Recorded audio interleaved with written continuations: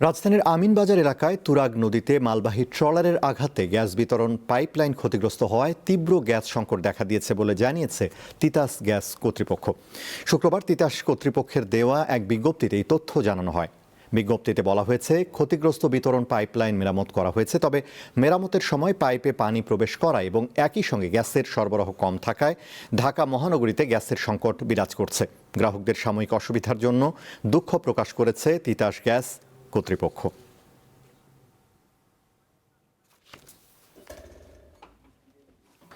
দর্শক, গ্যাস সংকটের খবর জানাতে নারায়ণগঞ্জ থেকে সরাসরি যোগ দিচ্ছেন সহকর্মী গৌতম সাহা।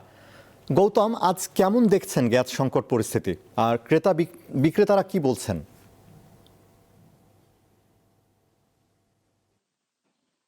এলপিজি ব্যবসায়ী মালিক সমিতির ৬ দফা দাবিতে এলপিজি যে গ্যাস সিলিন্ডার রয়েছে সেটি কিন্তু বন্ধ রেখেছেন এবং তাদের দাবি দেওয়া মেনে নেওয়ার পরে তারা সেই প্রত্যাহার করেছেন, বিক্রি শুরু করেছেন। তবে আমরা যে বিষয়টি দেখেছি, নারায়ণগঞ্জের দোকানগুলোতে যারা এই গ্যাস সিলিন্ডার বিক্রি করেন তাদের দোকানগুলিতে কিন্তু গ্যাস সরবরাহ নেই বললে চলে। আমাদের যে বিষয়টি জানিয়েছেন এখানকার খুচরা বিক্রেতারা, তারা যে বিষয়টি জানিয়েছেন, সরকার নির্ধারণ করেছেন ১৩০৬ টাকায়, তবে তারা সেই সরকার নির্ধারিত মূল্যের কম মূল্য সেই মূল্য পাচ্ছেন না। তাদের কিন্তু সরকারের যে খুচরা মূল্য আছে তার থেকে অধিক গুণে কিনতে হচ্ছে বলে তারা জানিয়েছেন। তবে অধিক মূল্যে কিনতেও তারা পারছেন না বলে যে বিষয়টি জানিয়েছেন।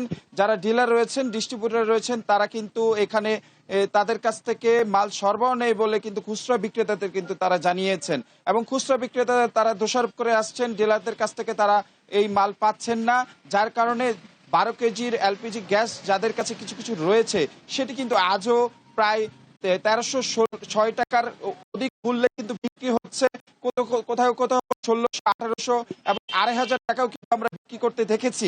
তবে আমরা যে বিষয়টি দেখেছি, আজও কিন্তু যারা গ্রাহক রয়েছেন, ভোক্তা রয়েছেন, তারা কিন্তু এই গ্যাস সিলিন্ডারের দোকানগুলিতে ভিড় করছেন এবং তারা কিন্তু এখানে গ্যাস সিলিন্ডার নেওয়ার জন্য কিন্তু এখানে আসছেন এবং তারা গ্যাস সিলিন্ডার না পেয়ে কিন্তু তারা ফিরে যাচ্ছেন। তবে তারা যে বিষয়টি জানিয়েছেন গ্রাহকরা, তারা বলেছেন যে বিকল্প উপায়ে কেউ কেউ ইলেকট্রিক চুলা ব্যবহার করছেন, সেই সাথে অনেকে কিন্তু লার্কি দিয়ে রান্না করছেন। তবে এই ধরনের গ্যাস সংকটের ভিতরে, শীতের ভিতরে যেহেতু গ্যাসের সংকট দেখা দেয় এবং এই গ্যাস সিলিন্ডারের যে বিক্রি বন্ধ রয়েছেন, এই কালকে প্রত্যাহার করা হলো, খোলার বিষয়টি রয়েছে, তবে আজ কিন্তু তারা কিন্তু এখান থেকে দোকানগুলিতে গ্যাস সিলিন্ডার পাচ্ছেন না।